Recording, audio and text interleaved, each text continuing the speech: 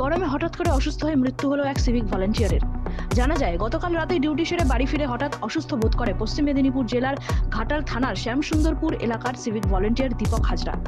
আজ বিকেল 3টে নাগাদ চিকিৎসার জন্য ঘাটাল মহকুমার সুপার স্পেশালিটি হাসপাতালে নিয়ে যাওয়া হয় তাকে। হাসপাতালে কর্মরত চিকিৎসকেরা তাকে মৃত বলে ঘোষণা করে। যদিও এই সিভিক ভলান্টিয়ারের মৃত্যুর সঠিক কারণ জানা যায়নি, ময়নাতদন্তের পরেই জানা যাবে মৃত্যুর সঠিক কারণ। ঘটনাটা বলতে শুনলাম যেটা যে কালকে ভোরবেলার দিকে একটু বমি হচ্ছিল আর মাথা যন্ত্রণাটা হচ্ছে, এরকম একটা সিচুয়েশান হয়েছিল।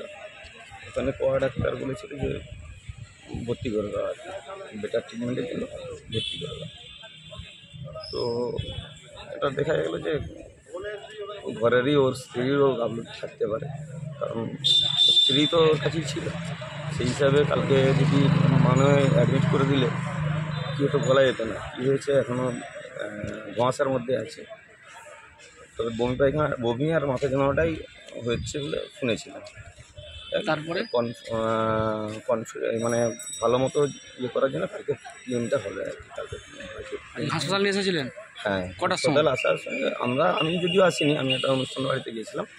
আসার সময় রাস্তাতে নাকি এক্সপায়ার করে গেছে শুনলাম। শারীরিক অসুস্থতা ছিল না? না, আগে সেরকম কোনো অসুবিধা ছিল না।